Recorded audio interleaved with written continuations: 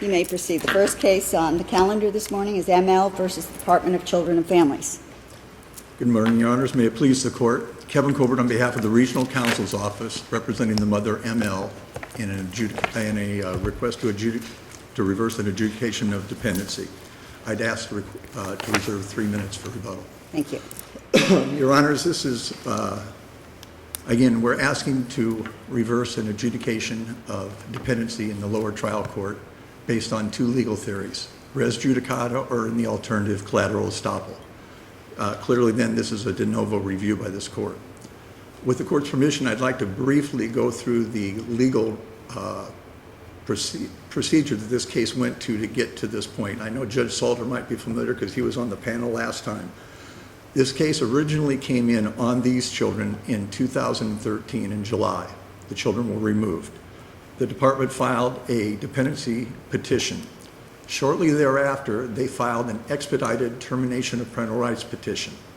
That was amended just before trial, and the case went to trial in January of 2014. At the close of the department's case in chief, excuse me, the mother moved for judgment of acquittal, and it was granted. And it was granted because the department failed to meet their burden to prove the elements of the And clear and convincing. That's absolutely correct, Your Honor. So then we jump ahead to February 2014, and the amended petition for dependency gets filed. And I think the question before us, unlike the question in D.C., is whether this was a new cause of action, new remedy, new statutory cause of action that would mean collateral estoppel might not apply. And it's absolutely correct, Your Honor. That's exactly my point. And what makes this complicated is the fact that under Rule 8.525, it's inferentially... It's like a lesser included offense. Exactly. And because the court had the ability at that point in time, based on the evidence that was presented, to rule on the dependency. And in fact, I argued in my reply brief that the department should be stopped from arguing that it didn't occur that way, because they came before this court and the previous panel and asked to have it sent back to have the judge make the appropriate findings of fact and conclusions of law as required under the rule and statute, because they felt the judge had found a dependency. It was only when it was sent back and the evidence reviewed that the court and DCF realized that there were no grounds to support, by a preponderance of the evidence, a dependency. So it became a do-over, and your point is that there were no new occurrences, no new instances of harm to the children between the TPR allegations and the dependency allegations. That's absolutely correct. That's exactly my point, Your Honor. And there's two theories here. One is that of res judicata, which requires the four unities, and of collateral estoppel. If I could briefly touch on res judicata, that's the more complicated in this particular scenario. Call it a higher bar. Yeah, exactly, the higher bar. I don't believe opposing counsel would argue that there's any disagreement regarding the identity of the parties and the identity of the quality in the persons. So those two prongs are met. Where we differ, of course, is on the facts are the same as well. The evidence is the same. The facts are the same. The only thing that really changed were the causes of action. Exactly. The object of the suit is protection of the children, so that's met. So the only prong then is the cause of action. The Florida cases have held, if I may, Your Honor, the Florida cases have held that a cause of action, if the court will give me a moment,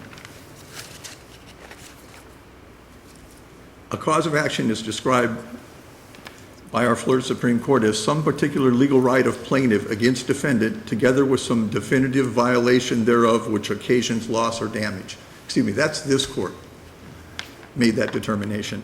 The Florida Supreme Court said it's a cause of action is the right which a party has to institute a judicial proceeding.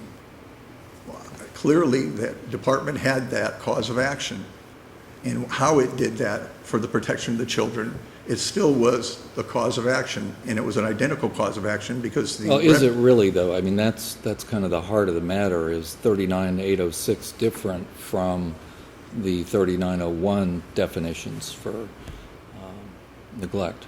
And But if we follow the department's argument that they would not have put on any findings to support dependency because this was a termination of parental rights, this court has read many transcripts on terminations of parental rights. Well, wasn't the problem, though, in this particular hearing was that the caseworker was unavailable, was out of town, and therefore couldn't testify live.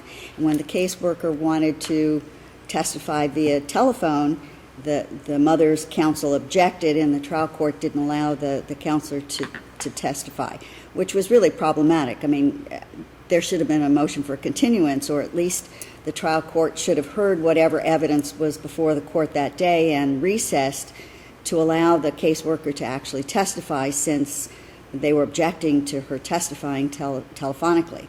Then the second problem was they attempted to supplement their evidence because they couldn't get the testimony that they really needed through the caseworker. And the second witness that they put on had an insufficient recollection, and they didn't have the file. So what happened was there was insufficient evidence.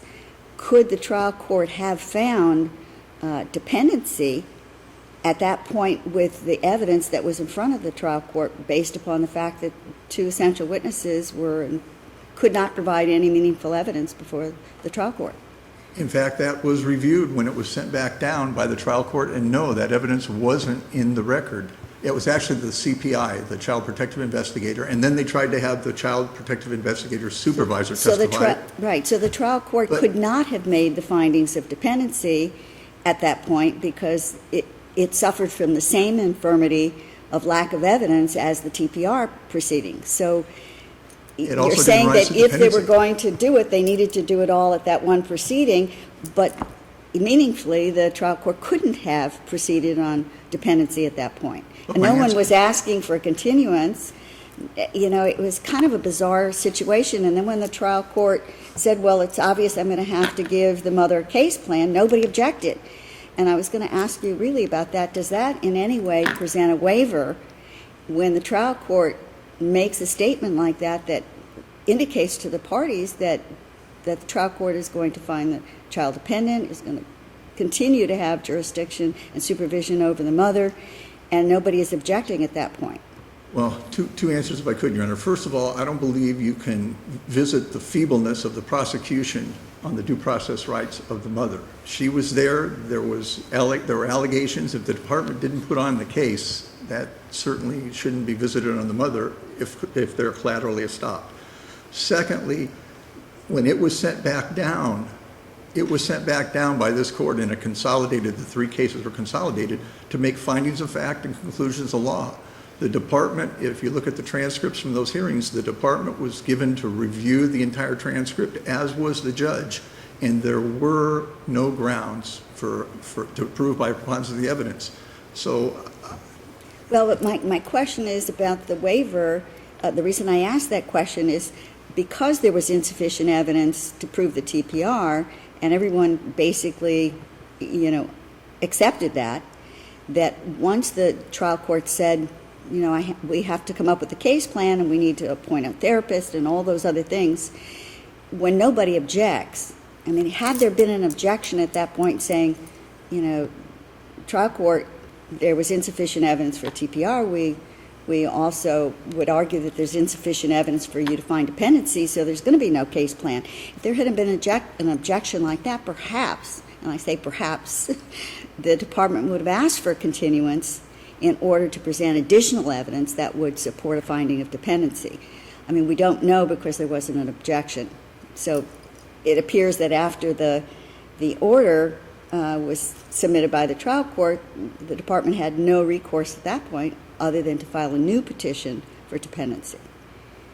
Except for collateral estoppel lies or res judicata, and that goes to our collateral estoppel argument. Well, first of all, going back to I don't think that the failure to object to her saying that there's a requirement for a case plan, because in order to get to the case plan, there needs to be an adjudication. In order to get an adjudication, you need a preponderance of the evidence supporting findings of facts and conclusions of law. But nobody objected.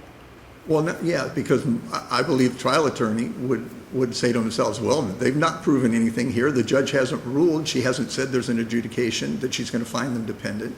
All she said was in passing, and it was I think she was frustrated by the way things were handled. But again, that feebleness of prosecution shouldn't be visited on my client. It wasn't handled properly, agreed. Well, let's come back to collateral estoppel just a moment, if you will.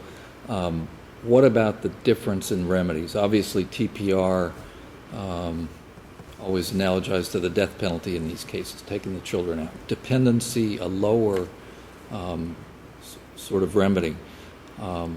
Does that change in this civil context, because these are civil proceedings, does that change the collateral estoppel analysis? I don't believe it does, Your Honor, because it's just what you suggested. It's the remedy, not the cause of action that was tried.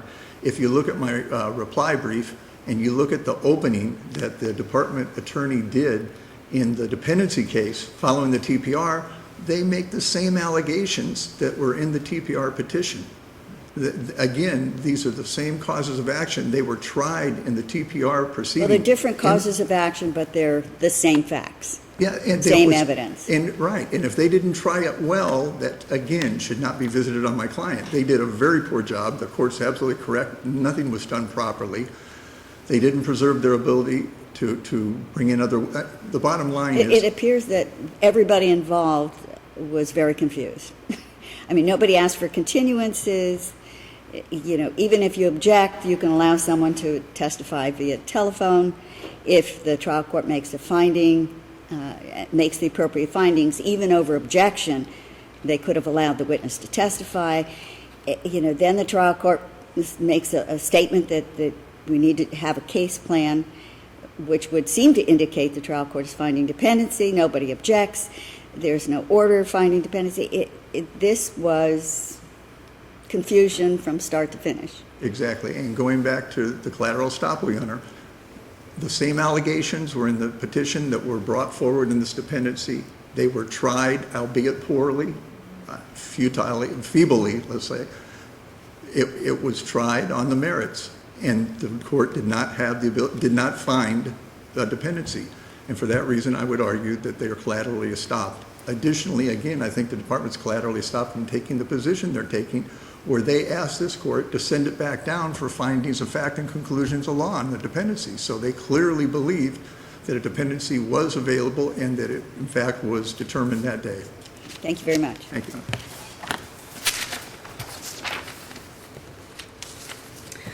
May it please the court, Carla Perkins for the department. First of all, in this case, you don't have res judicata and you don't have collateral estoppel. You have the prior trial, which, yes, there was confusion there as to what the judge was going to do, which was a termination parental rights proceeding. The grounds there were 39-806-111, which is 3 or more removals of the children from the home. The other ground was 39-806-1C, which meant that the mother had received services before, and despite those services, there was still an ongoing substance abuse problem. If this was a civil action and the department brought a lawsuit for breach of contract and went to trial and was unable to prove the breach of contract, could you then bring a separate complaint after a trial asking for substantial performance? No. Why is this any different? Because it's simply a different cause of action based upon the same operative facts. Here is the problem. And the same parties. Well, it's the same parties, but you have, if you look at Chapter 39, it's split up. It's actually two separate things. A termination parental rights proceeding is totally different from a dependency proceeding. You have, even though you may serve a parent with a dependency petition, if we file a TPR petition against that parent, we're still required personal service. But why shouldn't we focus on whether it is essentially the same transaction or occurrence, which is, in Judge Rothenberg's hypothetical, you bring a breach of contract action unsuccessfully. You can't come back and bring a negligence action based on that same transaction or occurrence because you're barred by collateral estoppel. Why shouldn't our focus not be on what the statutory scheme is, but whether the core transaction or occurrence is the same? And I think the department would concede that the core transaction and occurrence are the same, the underlying facts are the same. I would respectfully disagree based on the fact where when you're proving the grounds on determination of parental rights, you're proving different evidence was actually put forth. Because the purpose of that was showing that there were 3 or more occasions when the children were removed from the mother, and the fact that in the past, the mother had had these various services. What the focus was on in this dependency trial was 3901, former 32, but now 30I, a wanton disregard for the presence of the child because the mother did commit domestic violence against the father while he was holding the child. And then the evidence also was the fact that her substance abuse and the fact that she was trying to take the child and the officer actually found her in the bedroom locked up with the child. All of those also. facts occurred before the TPR petition, though, and were part of the allegations in the TPR petition, weren't they? Those facts may have been placed in there, but they were not a focus of that trial, obviously, the termination trial. What they did was, there was confusion there because when the judge actually said, I don't find that the department met the burden for termination of parental rights, it appears that it's at a subsequent hearing where it was clarified whether the judge meant to find the children dependent or not. It doesn't appear that it was at that hearing itself, the trial itself. So the subsequent one, that occurred, and then with the appellate cases, because it generated initially 4 appellate cases, and coming back down, the judge then reviewed the transcript from the termination trial, because Act 39811 does allow a court, if the department has put forth evidence to prove the grounds and they don't prove them by clear and convincing, but by the lower standard of preponderance, then the court can find the children dependent. For instance, there is this analogy of lesser included. In a criminal case, if you have someone being charged with murder, hijacking is not a lesser included of murder. So here, you don't have the lesser included when you're trying to prove something like mother holding child or father holding child, mother striking father, domestic violence, because that really was not a focus of the termination parental rights trial. I mean, if you look at the grounds and you look at the evidence that needs to be put forth, while it may have occurred prior to the termination of parental rights trial, it doesn't mean that we were going to be using that as a focus for her to say the child is a dependent child. What appears that you're saying is that the focus of the dependency proceeding, well, not even the focus, but the TPR proceeding didn't rely on the evidence that was actually relied on in the dependency proceeding. That the evidence relied on in the dependency proceeding was the substance abuse, was the disappearance of the mother for 4 days, coming back under the influence, and the actions that occurred thereafter, as opposed to the TPR proceeding where the evidence relied on, that you were attempting to rely on, was the removal, the 3 prior removals. Well, there was another ground that was alleged against her, the 39806-1C, where she had services in the past. So Right. that was where she had gone to, I believe, the village before. And so the evidence was there supposedly to show she had had substance abuse services before and had returned back to the substance abuse problem. So that basis, you have the still similarity of substance abuse, but it's a different focus in the dependency trial, because the evidence is there to show that her use of substances then, at that time, not really her prior history, because the prior history goes into the TPR proceeding. The substance abuse, because if the mother had never ever used substances before, never abused them before, okay, that would be irrelevant at the dependency trial to actually show that her use of drugs at that time, how it impacted the child or both children. So that's why you have a totally different, it's not the same cause of action. You may have the same parties, and even when you look at collateral estoppel, issue preclusion, okay? So the issues that, if we were trying to prove again at the dependency trial that there were 3 or more removals, and that she had the prior treatment and this treatment, because of the different treatments, you still have a substance abuse problem, that's a mother focus and her problems. The dependency is focusing on, like the law says, the protection of the child. It's not about punishment of the mother. What your termination of parental rights proceeding which would sever her parental rights, is a punishment for the mother. The dependency proceeding is focused on the child and the protection of the child. If this court would say that because the termination of parental rights case was not proven, that this mother does not need the help that she needs, because this is what the judge found, her actions actually impacted the children. This mother was under the influence when she arrived home 3 or 4 days later. This mother actually was found by an officer locked up in a bedroom with one of the children. This mother was the one who was hitting the father when he was holding the child, and she was under the influence. The court correctly found that the two children are dependent and the mother does need further services. Benefit to her, the department did not prove the TPR. Her parental rights are still intact. Does she need help?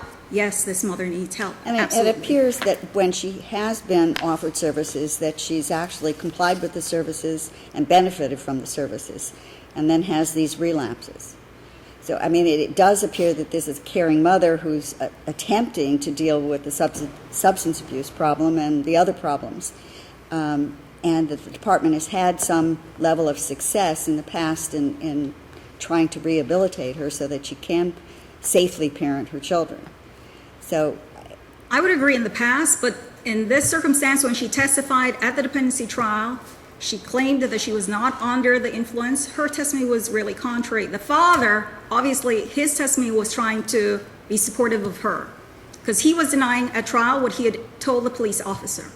Police officer testified and said, this is what the father told me. This mother testified, no, she wasn't abusing substances. She had taken off because she wanted to think about the fact of her drastic weight loss. And so she was not facing the fact that her children, what she had done and the impact on her children. Mother was focused on herself. Dependencies focused on child protection. We would ask that this court affirm. One housekeeping question before you sit down. The appellant filed a motion to supplement the record or to ask us to take judicial notice of the prior proceedings, and that was only filed Monday. Do you have any opposition to that? I don't. Okay, thank you.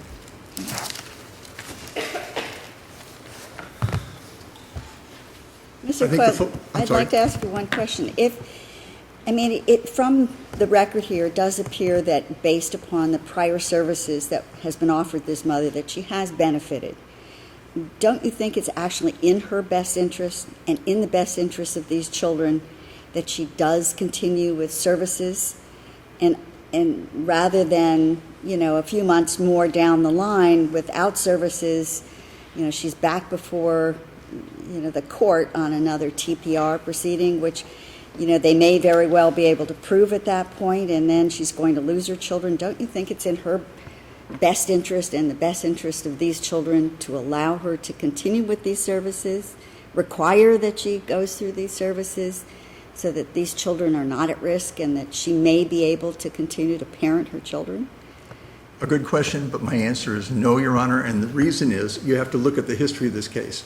Prior, when the first three appeals occurred under the quote-unquote adjudication, after the TPR trial, the court closed out both cases, TOS both cases, placed the children with the father, and gave the mother no services. She didn't get any services. Now, that all got reversed. But this court, and I just filed my initial brief yesterday in a related case, the mother has already been TOS'd on one of the children. The child's been placed with the father. She has no visitation. She has no services. I fully expect to file an appeal on the other child when it occurs as to that child. So the answer to your question, Your Honor, is no. Moreover, and I think Judge Scales hit it on the head, although I think all three of you said this, the dependency was brought on the same core transaction, the same occurrences that occurred prior to the TPR. It's all the same collateral estoppel because if you look at the opening statement from the dependency case that I put in my reply brief and the allegations of the TPR, they track one another. They were tried, or should have been tried, let me rephrase. They should have been tried because they were on the table in the TPR case, the very same facts, the very same occurrences. If you follow the reasoning of the department, first of all, I have to say, I've never heard the department say that TPR is for the punishment of the parents. I agree. I That's- was a little stunned. So I want to make note of that. But if you follow their reasoning, then they're going to suggest that even if it's the same the same occurrence, the same transaction, because they're trying in a TPR and need to prove by a clear and convincing standard, even if it's the same transaction, they have a second bite at the apple afterwards because they're not focusing on the dependency portion of it. In reality, when they go into a TPR trial, everything is thrown at the wall. If this mother had medical neglect, regardless of what they're alleging, medical neglect is going to be testified to. If there's educational neglect, whatever it is, it's going to come out in that hearing. And that's why the court, under 8525, is allowed to make a finding of dependency based on the TPR trial. And in conclusion? And I would ask this court reverse and remand in this order of adjudication. Thank you, Your Honors. Thank you very much. Thank you.